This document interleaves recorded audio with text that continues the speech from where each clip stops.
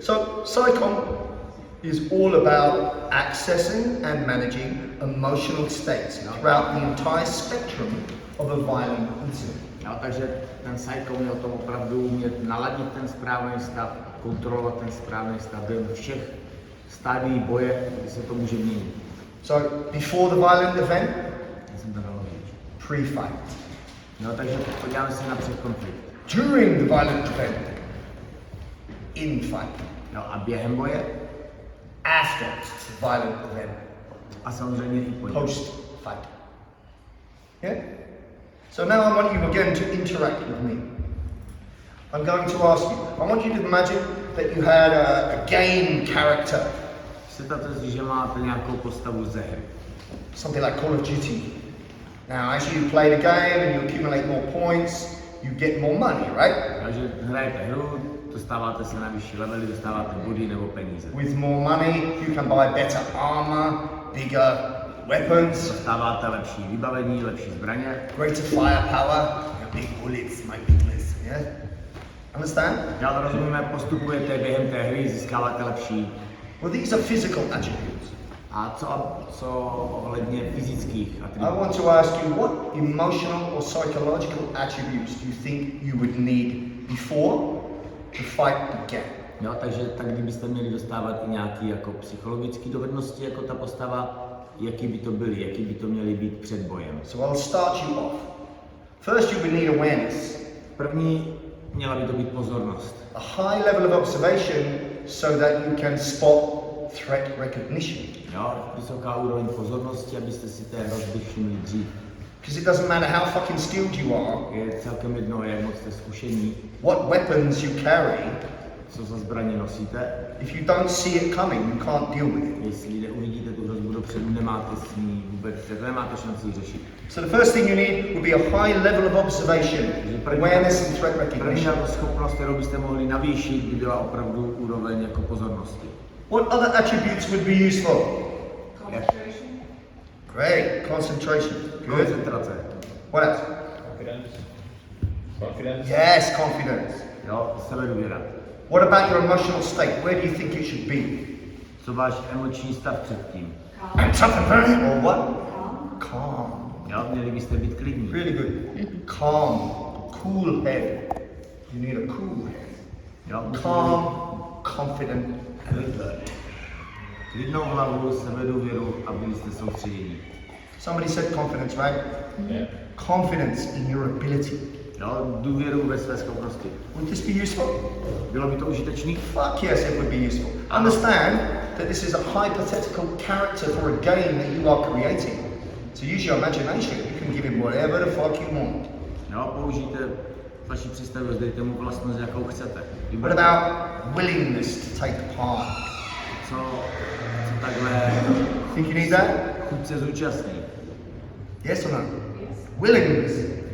The Ness brothers, which is something that was created by Dave Spalding and Ed Lovett in America, a couple of gun instructors. They said you need the Ness brothers. You need awareness and you need willingness. Jo, chcete opravdu jako mít vůli to dokončit, nebát se toho. Give me one more. All right, I'll give you self-belief. Sebedůvěra. Belief that you can fucking do it. Jo, věřit, že to opravdu zvládnete. Would that be useful? Bylo by to užitečný? Yes or no? Yes. So around about this time in a lecture like this, I would show you a clip of the film. I don't have it. I can recommend a film that you look at. But this particular film incorporates this character that you see here, a guy called Tamira Morrison. To je z jednoho filmu z Nového Zélandu. And he made this film, he was in this film called Once We're Warriors. Tak se to jmenuje. And What Become of the Broken Hearted.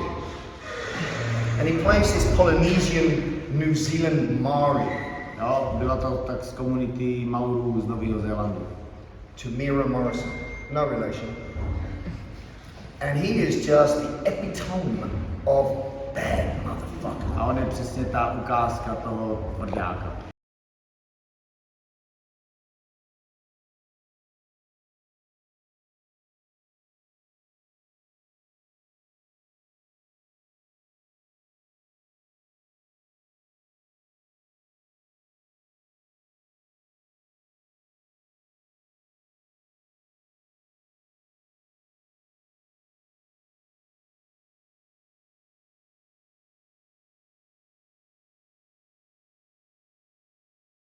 But he's a bad motherfucker all the way through.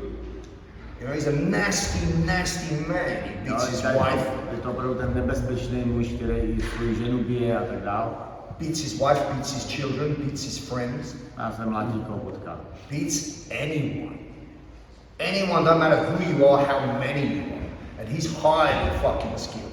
Jo, a prostě umí to a je to jeho, řekněme, životní styl. He's a dysfunctional human being. You would not want to be Jake the Must. Jo, říká, že prostě jako mu nefunguje ve společnosti, že byste nechtěli být tímto typem člověka. But you would want Jake the Must's attributes before, during, and after any violent Ale chtěli confrontation. byste mít jeho vlastnosti a jeho myšlení a schopnosti před, během a po boji. Because before the fight, he is switched on. He is calm and cool, Takže před bojem je nastartovaný, vnímá okolí, je v klidu, hugely confident in his ability, velmi má obrovskou důvěru, že to zvládne and extremely willing to take part. a rozhodně se nebrání se toho boje zúčastnit. So my suggestion would be you model these attributes of Jake the Must and be Jo, the best. chcete namodelovat tyhle jeho atributy? Understand? Rozumíme? So this is pre-fight, where you want to put yourself mentally before the fight. What about in the fight? Takže co teďka v boji, přímo při konfliktu, při boji. So the fight is just about to begin. Jo, takže ten boj právě začal. So any one of my UC students that's paid fucking attention will know you have the higher probability of success if you are the feeder in the relationship. Jestli dáváte trochu pozor při tréninkách, tak víte, že největší šanci na úspěch máte, když vy jste ten, kdo to krmí, ten, kdo začne. That means if the opportunity is present, you need to be first. Jestli je ta možnost, vy byste měli být ten první. Take initiative, be proactive, be preemptive. Jo, používají jako preventivní akce, preventivní údery. The one who goes first with the most comes out the best. Not always possible, but it should be your primary philosophy. A kdo první dává, dvakrát dává. Jestli to je možnost, měli byste být první. In which case, if you was to take the fight to the individual, what would that look like? Jo, kdybyste tímhle způsobem začali, jak by to asi vypadalo. Well, I put it to you that you would need an immediate, direct, explosive response. Budete potřebovat jako velmi rychlou, okamžitou explozi. Blitzkrieg. Jo, zasypat houderama. This will offer you the highest probability of success. You take initiative, you seize initiative, you exploit initiative. Jo, začnete, udržíte iniciativu a přesunete ji k němu. And that looks like me, more of me, fuck you, finished. Understand? Yes. No reciprocal exchange. What that will also incorporate is constant offensive forward pressure. Jo, budete to určitě, bude tam přítomen útok, tlak do soupeře. A relentless attack Jo, útok, který se nezastaví. that will not stop until you are no longer fucking moving. Jo, dokud prostě se ten cíl nepřestane hýbat, tak budete pořád útočit dál. The last thing my brain sees as I make my exit is a little shit smear on the pavement. Jo, poslední věc, kterou vaše oči uvidí, mozek zaregistruje, bude ten člověk, který leží na zemi. This is why I incorporate the importance of man down in your drills. To je důvod, proč v těch drillech chceme, aby lapař zůstal na zemi ležet. So this is what you would need in the fight. To je to, co potřebujete během boje. What about post-fight? So- After the fight? Co po boji? Where do you think you need to switch your fight state from now? What back to? Jo, do jakého stavu se máte zase vrátit? Back into awareness. Potřebujete se vrátit zpátky do pozornosti. You need to switch from fight mode back to observation mode. What are you looking for? Potřebujete přepnout z bojového módu do toho pozorovacího módu. Sorry, mode. Co hledáte? I'm going too fast, sorry. What are you looking for? Secondary attack. Further threat, right? Další útočníka. Here you would access a higher level of brain function. Jo, chcete si nastartovat zase ty vyšší mozkové funkce. So understand, I don't give a who the fuck you are in what control you have over your emotional response. If you are in fight mode, you are in primal. Jakmile jste v tom bojovém módu, tak vyšší mozkové funkce tam nejsou. In that moment, in fight state, you are not cognitive. Jo, rozhodně tam není logika, nejste schopni přemýšlet. So if you switch back to a high level of awareness, you are now in fact switching back to a higher level of brain function. Chcete nastartovat tyhle ty vyšší funkce. You are now back to cognitive. Incidentally, the key to doing that is controlling heart rate. Jo, způsob, jak to udělat, je kontrolovat tepovou frekvenci. So you are switching back to a calm, yet still highly observant emotional state. Chcete se zůstat klidní, ale opravdu zase mít vysoce nastartovanou tu pozornost. Once the threat is down, no longer ambulatory, what should you do now? Jakmile váš mozek je nastartovaný, co dál? Should you stay there? Should you wait for him to wake up? Chcete tam zůstat, než se ten člověk zase You probere? want to wait for his friends? Nebo na jeho kamarády? So what should you do? Co budete dělat dál? Escape. So the shooting world, what they call it, you need to get off the X. Jo, chcete se dostat prostě ze zóny. We call this tactical disengagement. Jo, taktické odpoutání. As you do this, you want to know where the exit is. Jo, měli by, a jestli tohle chcete udělat, měli byste vědět, jakým směrem je únik. As you move to the exit, you want to use the environment to your advantage. A když to víte, chtěli byste použít prostředí pro vaši výhodu. So ideally, if there's a wall, I want my back to it as I make my way to the exit. Now nothing can surround me. Jestli je tam zeď, tak chcete utíkat tak, abyste ji měli ze zádama, aby vás nikdo nemohl napadnout ze zad. If at this point I am carrying a weapon, it's now I want to access it if I already have it. Máte u sebe nějakou zbraň, nyní je, nemáte ji doposud v ruce, tak nyní je důvod ji vytáhnout, abyste se mohli bránit dál.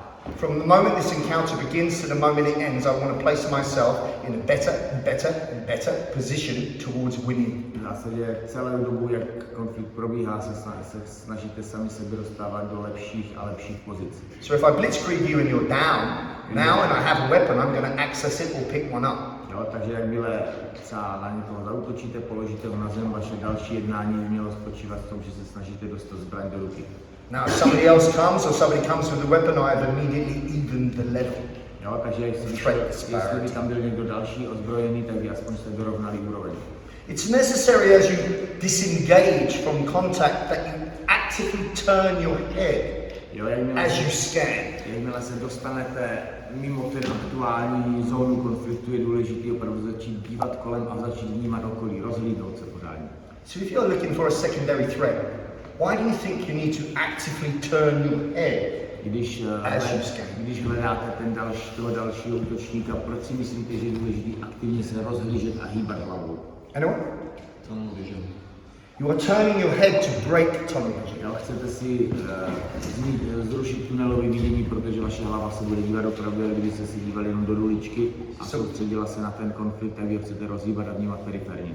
So one of the many effects of adrenaline that will be present will be positional dysphyxia, which means your vision will tunnel like you are looking through a telescope. Jo, tím, že váš mozek nedostane tolik krve a jako jeden z účinků adrenalinu, tak to znamená, že nebudete vnímat okolí periferně, ale budete vnímat, jak by se zdívali přes záchodovou uličku. This makes you extremely vulnerable to the flames. Což vás učiní extrémně jako zranitelným na útoku ze strany. And guess what?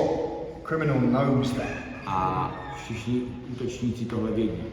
So you need to turn your head as you remove yourself. Takže se musíte rozhlídnout, abyste si tohle všimli. Okay, nearly done. Once you escape, you should get to a place of safety. Co se týče úniku, musíte se dostat na místo bezpečí. What do you think you should do now? Co si myslíte, že byste měli dělat potom? Yeah, so maybe you do a self-medical triage. You check yourself. Zkontrolujete si, jestli nejste zranění. Inside of the fight, if there was a shooting, if there was a weapon involved, a blade involved, an explosion, some shrapnel. Inside of the fight, you are full of adrenaline. Jo, během boje budete naprosto napumpovaní adrenalinem. And you are anesthetized to pain to a degree. No a budete asi cítit bolest, aspoň na nějakou úroveň. In which case, you could have been stabbed, you could have been shot, you could be receiving a shrapnel and you wouldn't know, so check your body. Jo, můžete být zranění a nevědět o tom. What would you do next? Possibly call somebody? Možná někomu Maybe zavolat. call for help? Zavolat si pomoc. Last thing. When you are in that emotional state, calming down, you are still in middle brain, you are not yet cognitive. Jo, tak řekněme, že to vyšší myšlení začíná přicházet k sobě, ještě to není úplně nakopnutý. There will be a very high level of confusion, Budete mít obrovský pocit zmatení, disorientation. jo, dezorientace. You will find it hard to believe that what's just happened has happened. Budete mít velký problém vůbec uvěřit, že se něco takového stalo. So there's a recommendation that you use what's called the Zen concept. Jo, budete možná použít, co se říká zenový koncept. In order to bring yourself back to a higher level of brain function, Jo, tak abyste nastartovali ty vyšší mozkové funkce, you should tactically breathe. měli byste použít taktické dýchání. 3 breaths. 3 nádechy, In for 3, hold for 3, out for 3, hold for 3. 3 times. nadechnout se na počítání do 3, zadržet na 3, vydechnout na 3, zadržet na 3 a tohle střídat dál. This type of diaphragmatic breathing has been in fucking yoga for thousands of years. No, jogini to používají tisíce let But all tactical units use it. a hodně taktických jednotek to používá. They actually name it tactical breathing. Podle nich se to i pojmenovalo. It's designed to bring your heart rate down. Úkolem je snížit vám tepovou frekvenci. As soon as your heart rate escalates above 140 beats per minute, Jakmile vaše tepovka vyletí na 140 a výš, blood is withdrawn from the frontal neocortex of your brain. jo, začne se vám málo prokirovat mozek. You go from parasympathetic nervous system to sympathetic nervous system, and your ability to think and make decisions is shut down. A vaše rozhodovací schopnosti a schopnosti myslet se velmi utlumí. In order to reinstate the higher level of brain function, you need to get your heart rate down. A tak, abyste tyhle funkce udrželi funkční, tak potřebujete udržet tepovou frekvenci co nejnižší. But you can't stop the middle of the fight and then suddenly do Qigong or Tai Chi. You have to get to a place of safety. Now you can breathe. Jo, tak jako nemůžete uprostřed boje se začít rozdýchávat, ale v bezpečí už to potom můžete nastartovat. One thing that will accelerate this for you very quickly is the Zen principle. Jo? You understand what the Zen principle is? Like mindfulness. Be here now. Jo, ten zenový princip je soustředit se na přítomný okamžik. So if you just left a critical incident, you would say what you see. Right, I'm in this room, I'm on my own, there's an exit. It's the 23rd of January, it's the 3:15, I'm wearing blue jeans, black boots, white t-shirt. You would say what you see. Jo, to znamená, že když se jako kdyby popíšete prostředí, Identify the time, the day, the place, what you see, what snažíte you're se wearing. vybavit detaily, popsat, co se právě stalo, kde jste, že jste v bezpečí, co třeba máte na sobě a tak dále. Tak pomalu naučíte ten mozek zase fungovat a uvažovat. This brings you back into now, so that now if you have to articulate your defense to a police officer, A to vás přivede k tomu, že nyní se soustředíte na to, že jste tady a teď. you are less likely to incriminate yourself. A díky tomu můžete třeba i lépe vypovídat a neposlat se do problému. Does this make sense to you? Dává to smysl? So we're going to do some drills that give you an example of this, what I've just explained. It will allow you to access high level of fight state, deal with the problem, and then switch back into an emotional state that is required Takže next. zase se trošku rozhýbeme, uděláme pár krátkých drillů a pak si dáme teda pauzu. Jo? Ty drilly budou mít za úkol právě nastartovat a kontrolovat stav hlavy. So before you get ready, just let me explain this drill to you. Tak ještě se vysvětlíme si drill a pak si na to stáme, jo? This drill will have about 3 people involved. Budeme potřebovat 3 lidi, 2 of them will have pads. 2 budou mít lapy. The first thing that is guaranteed is that you will need to fight. You need to access fight state and blitzkrieg your first target. Budete muset nastartovat tu maximální agresi a zaútočit na jednoho lapaře. Next, you will receive a second stimulus. A potom dostanete další podnět. It could be a secondary threat that you need to fight with again, Může to být nějaký další útočník, or it could be something else, anebo to může být cokoliv jiné, requiring more control. což bude vyžadovat z vaší strany více kontroly. So as an example, if a secondary threat comes in and is aggressive, you fight. Když přijde další útočník a bude agresivní, budete si muset bojovat. But what if it's a panicked bystander with a phone phoning you saying, I've just seen what you did, that's assault, I'm going to call the police. Co když to bude někdo s foťákem, kdo si bude dělat na záznam? and now you're on video, should you blitzkrieg this fucker? Toho fotografa byste asi zmátit nemuseli. Well, unless you intend to blitzkrieg the fucker and steal the phone and hide the phone or destroy the phone, I would say to you, no. You need to explain why you did what you did. What about if it's the person's relative, girlfriend, boyfriend?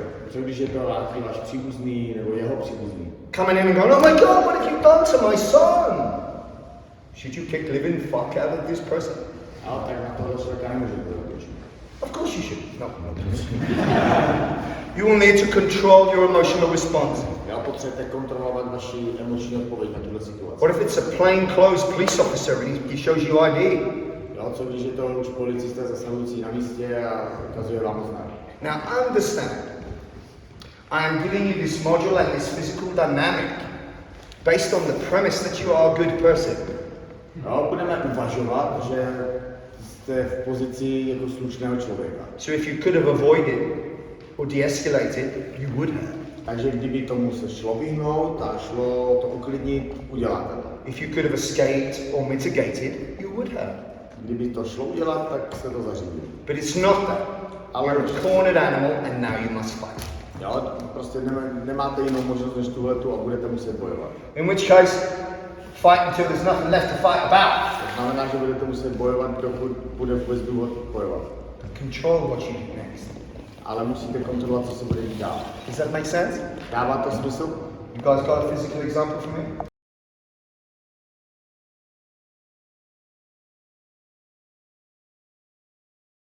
What's going on, man? Wait, you just put like straight back, yeah? Wait, fucking look at you fucking cunt! That's my boyfriend, I'll fucking sort it out. Cinnamon! Oh! You say cinnamon? Cinnamon! Cinnamon.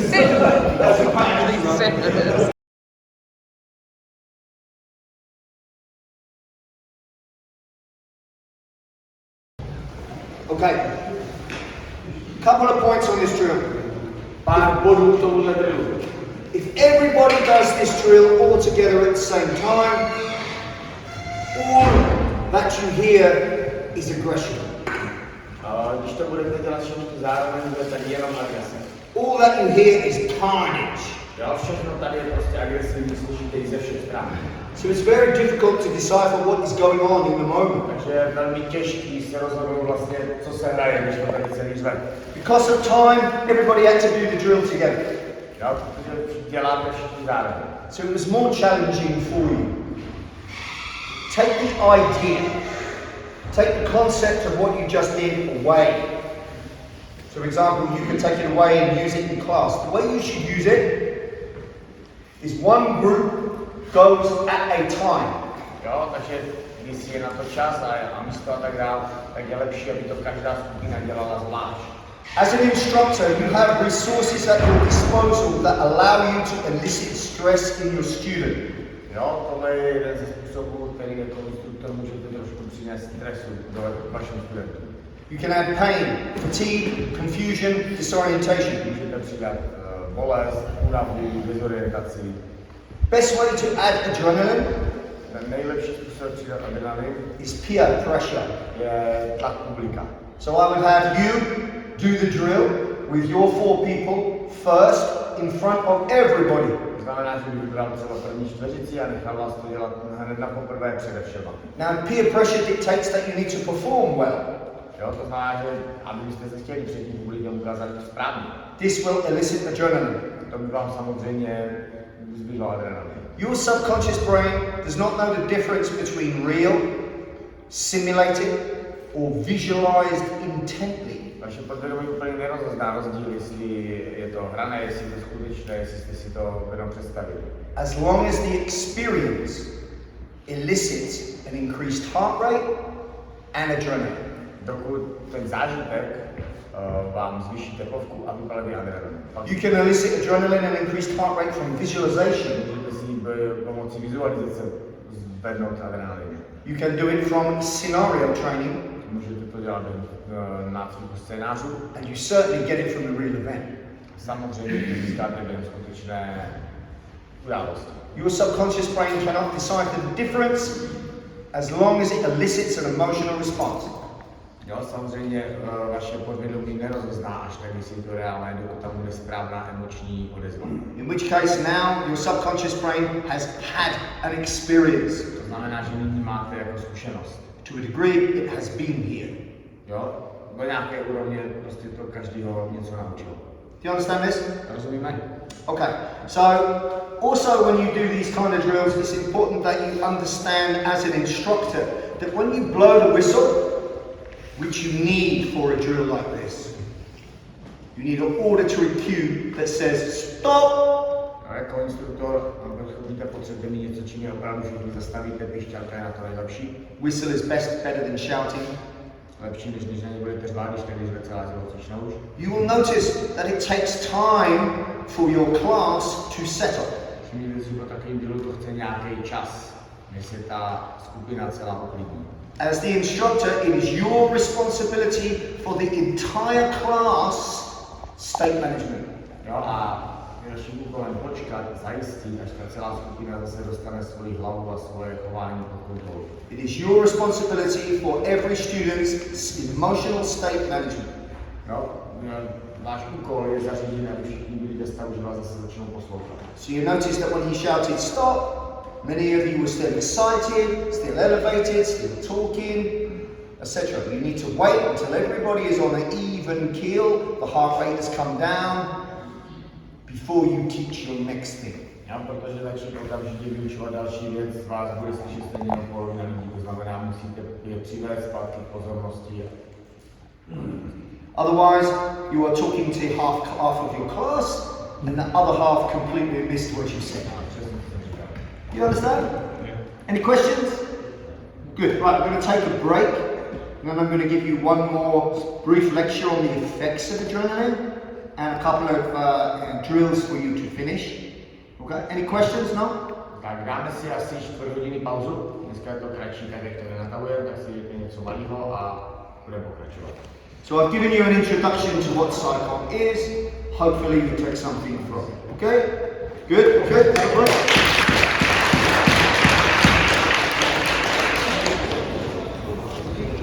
Kolik ti nám